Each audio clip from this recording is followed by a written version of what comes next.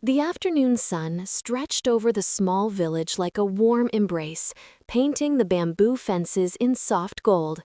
Tusam stood quietly in her garden, one hand resting on her growing belly, the other brushing gently over the wedding ring that glimmered on her finger. She had worn it every day since the moment she dared to hope that Lee would return to her someday, safe and whole. Life had carried on in small, simple ways. Her vegetables were growing well, the air smelled of fresh soil and sunlight, and the sound of chickens scratching around the yard filled the silence she once feared. But even in those peaceful moments, her heart waited, always waited. Then, that day, the wind shifted. A distant footstep echoed along the dirt road, steady, familiar, like a heartbeat she had once rested her ear upon. Tusam froze. Her breath hitched. For a moment, she convinced herself it was just another villager, another illusion created by longing. But when she lifted her eyes, she saw him. Lee. Dust on his clothes, exhaustion in his eyes, but alive in the way she had prayed for every night. His steps slowed when he saw her standing there, radiant in the sunlight, her hand protectively covering the child they had dreamed of. For a long moment, neither of them moved. The years of fear, distance, and unanswered questions hung between them like a trembling thread. Then his gaze dropped to her belly. And to the ring. The ring he had put on her finger the day before he disappeared into the shadows of his mission. A small, trembling smile broke across his tired face. Something soft, something disbelieving, something full of the love he had carried with him through danger, gunfire, and endless nights alone. "Sam," he whispered, voice breaking. She covered her mouth, tears flooding her eyes. The man she thought she might never see again, the father of the child she carried, the promise that had kept her heart alive, he was home. But as he stepped toward her, hope and fear collided in her chest. Would he stay?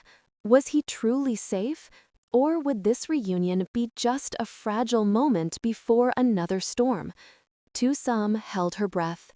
And Lee, with eyes full of everything he had never been able to say, took the final step toward the life he prayed he hadn't lost.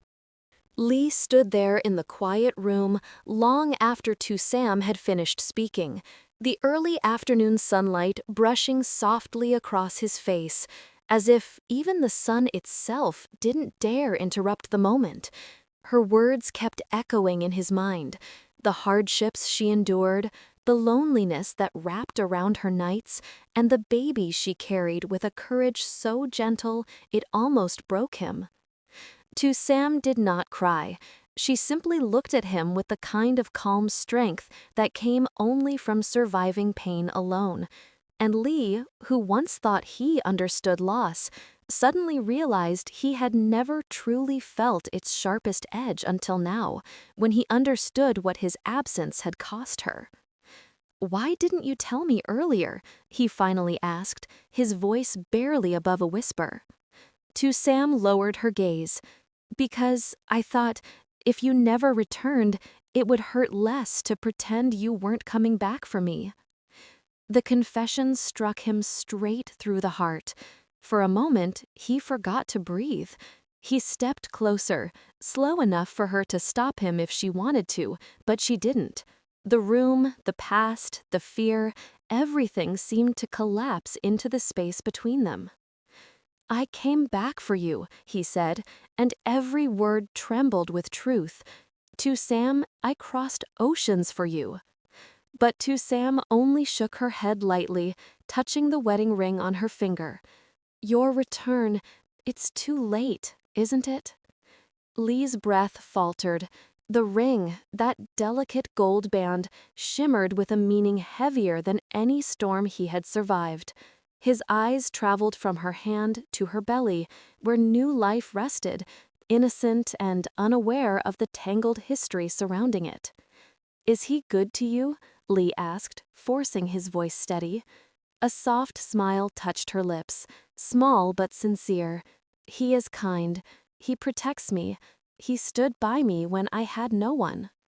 Those words hurt Lee more than if she had screamed at him, more than if she had rejected him outright. Because kindness, real, patient kindness, was the one thing she had always deserved, yet rarely received. Lee nodded slowly, accepting the truth even as it tore him apart. "I'm glad," he said. "You deserve a life where you don't have to be afraid, a life where you are loved, openly, safely." To Sam's eyes glistened, not with tears, but with gratitude, the kind that lingered after years of silent suffering. "Lee," she murmured, "your return still means something to me. I don't hate you. I never could. I just moved forward because I had to." Her honesty wrapped around him like a bittersweet embrace. It hurt, but it also healed. Lee took a step back, giving her space, giving himself a moment to breathe again. The truth was simple and heavy. He had come back too late, but he had come back in time to finally set her free. Then, with a voice steadier than he felt, he said, "Even if I can't be part of your life the way I once hoped, let me at least be someone you're not afraid to call, someone who can help if you ever need anything." Sam looked at him, truly looked, past the guilt, past the distance, past the years, and she nodded. For the first time, he saw peace in her eyes. Their past had broken them, but this moment, this fragile, gentle moment, was stitching something new. Something not quite love, not quite goodbye, but something quietly beautiful, quietly healing. And as Lee stepped outside into the warm light of the afternoon, he realized, sometimes the second chance you receive is not the one you imagined, but the one that finally sets your heart free. The late afternoon breeze carried the scent of drifting leaves as Lee stepped outside Sam's house, trying to steady the storm inside his chest. He had prepared himself for many possible reunions, anger, tears, even rejection, but not for this tender, bittersweet acceptance. He stood under the old tamarind tree near the gate, breathing slowly, letting the wind cool the heat in his eyes. Inside the house, Sam lingered by the doorway. She pressed a hand over her belly, feeling the soft, steady movement of the baby, as if the little one sensed the change in the air, the quiet turbulence in her heart. "Why did you move so much today?" she whispered gently.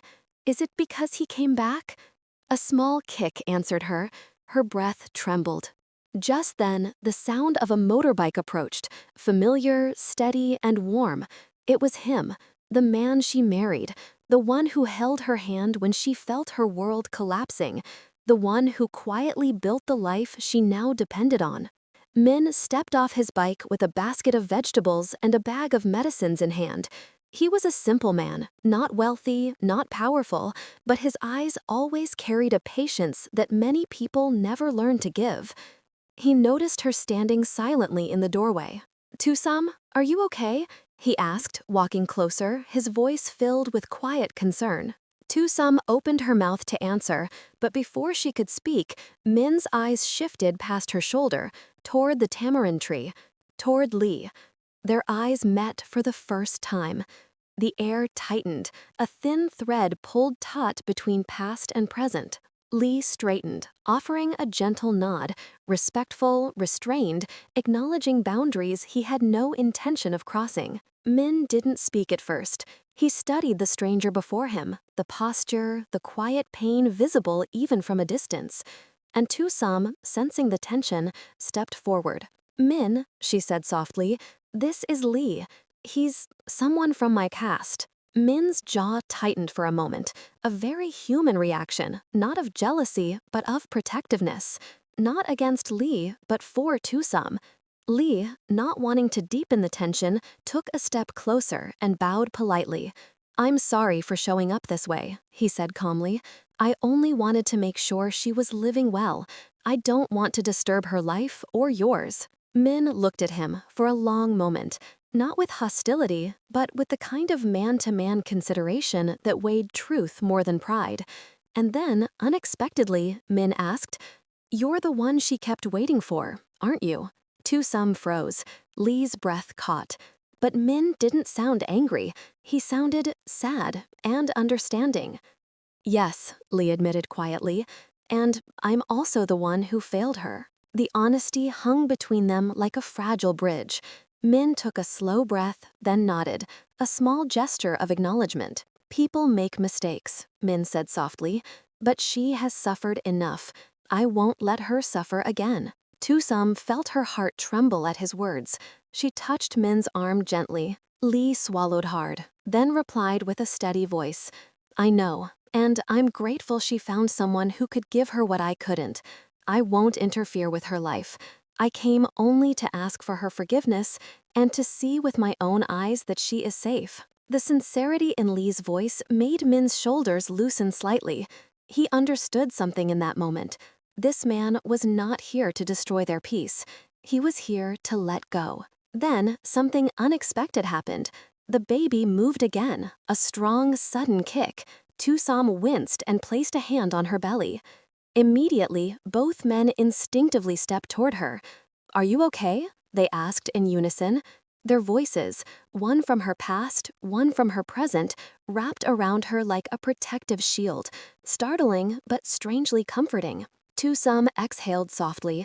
"I'm fine. The baby just reacted." Lee's face softened with something he couldn't hide, a blend of tenderness and longing, the ache of what could never be. Min noticed. He understood.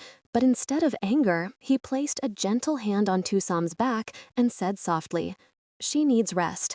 You should come inside." Then he looked at Lee. "If you want, you can stay for a cup of tea before you go." Tusam's eyes widened in surprise. Lee's breath faltered. But Min continued quietly, with a strength born of compassion, not insecurity. No past should end in hatred, especially when she has already forgiven you. Lee stood still, his heart swelling with a mix of gratitude and pain. This home, the one he could never belong to, welcomed him for one last moment of peace. And as he stepped toward the doorway, behind Tusam and beside the man she trusted, Lee realized, sometimes it isn't love that decides fate, it's kindness, and the courage to make room for forgiveness where bitterness once lived. The tea steamed gently on the small wooden table. Tusam sat between the two men, her hands wrapped around the warm cup to steady her trembling heart. Lee took a slow sip, his eyes drifting around the simple, peaceful home she had built, a home that no longer had a place for him. Min remained calm beside her, watchful but respectful. After a long silence, Lee finally spoke. "Tusam, thank you for forgiving me, and Min, thank you for taking care of her when I couldn't." Tusam's eyes softened. "You came back. That's enough for me to let go of the pain." Lee nodded, a faint, bittersweet smile crossing his face. "The ring, the baby," he whispered. "I'm happy she has all that, truly." Min looked at him, then said quietly, "She's safe now. You don't need to worry anymore." Lee inhaled deeply, the truth settling in his chest like a final anchor. "I know, and that's why I can leave in peace." Tusam's breath caught, but she didn't stop him. Some goodbyes were necessary. Lee stood, offering one last sincere bow. "Take care of her. Take care of the little one." Min nodded firmly. Tusam rose slowly, placing a gentle hand on Lee's arm. "Goodbye, Lee. Be well, wherever life takes you." Lee held her gaze for a final, fragile heartbeat, then turned and walked out into the fading afternoon light. He did not look back, but his steps were steady, as if a heavy chapter had finally closed. Inside the house, Tusam leaned into Min's shoulder, whispering, "It's over." Men held her close. "It is. And now we move forward." And just like that, a new peace settled around them, gentle, quiet, and finally free from the shadows of the past.